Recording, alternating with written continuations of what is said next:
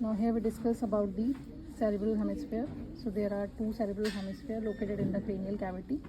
Both cerebral hemispheres they are connected with the help of the corpus callosum over here. So here we can see this is the corpus callosum, which is a collection of commissural fibers connecting the two cerebral hemispheres. Then we have poles of the cerebrum. Here we can see this is the frontal pole, temporal pole, and the occipital pole. This type of cerebral which is having the sulci, these are the depressions which are known as sulci, and the elevation, the gyri, is this type of cerebral hemisphere is known as gyrencephalic type of cerebral hemisphere, which is found only in human beings. While in case of reptiles and birds, the sulci and gyri are absent, and that type of cerebral hemisphere is known as lissencephalic type of cerebrum. Then we have the borders and surfaces. The surfaces are, this is the superolateral surface. Medially we have the medial surface, and inferiorly this is the inferior surface. Then the borders, this is the superomedial border. Then we have inferolateral border, and this is the inferomedial border. Then we come to the important sulci and gyri which are located on these surfaces. So first we have the central sulcus.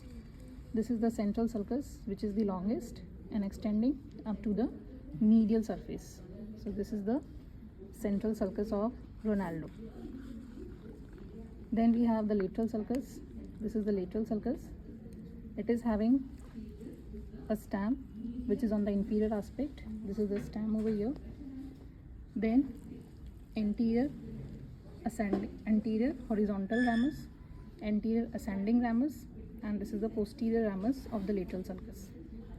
The complete name is lateral sulcus of Sylvius. The measurement of these rami are, the posterior ramus is of 7.5 centimeters of length, and the anterior horizontal, anterior ascending rami, they are of 2.5 centimeters length.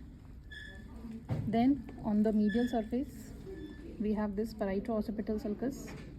This is the parieto-occipital sulcus extending from posterior part of the splenium of the corpus callosum up to the superolateral surface. This is the parieto-occipital sulcus. Then we have calcarine sulcus. This is the calcarine sulcus extending just anterior to the occipital pole. This is the calcarine sulcus.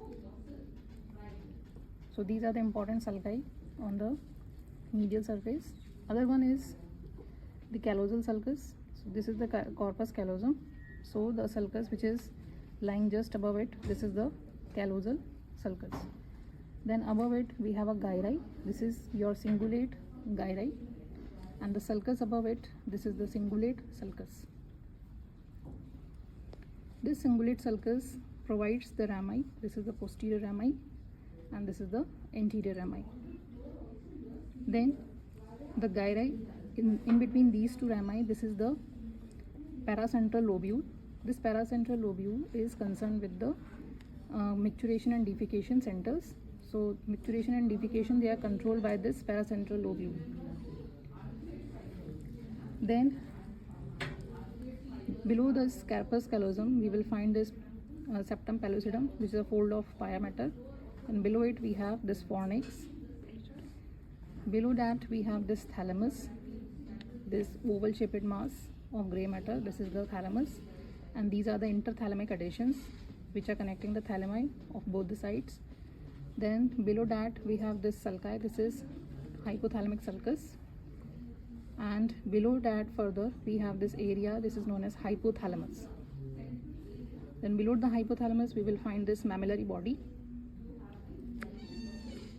Posteriorly and anteriorly we have this optic chiasma and the tract. This is the optic chiasma and this is the optic tract. Then we come to the lobes of the cerebrum.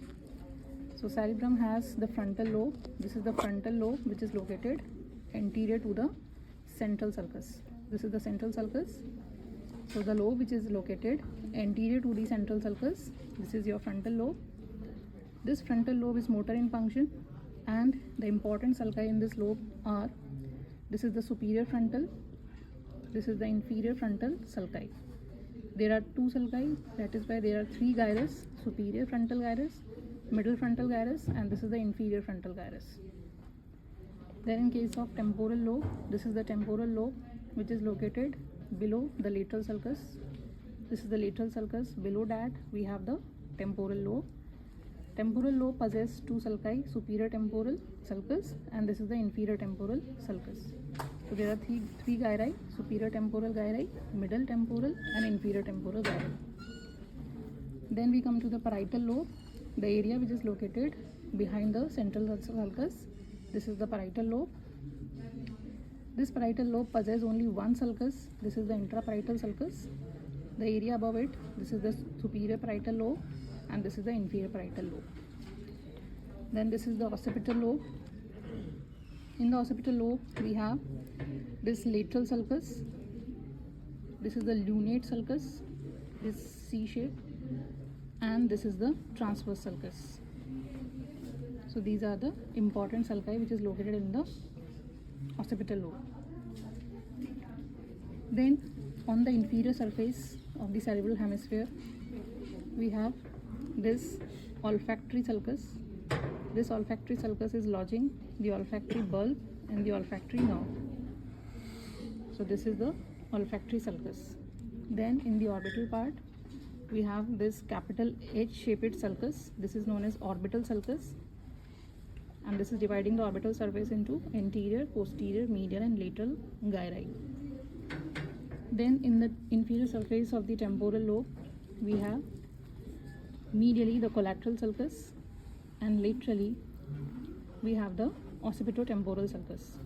Medial to the collateral sulcus, this gyrus, this is your parahippocampus gyrus, and lateral to it, this gyrus is your medial occipitotemporal gyri, and lateral to it further we have lateral occipitotemporal gyri.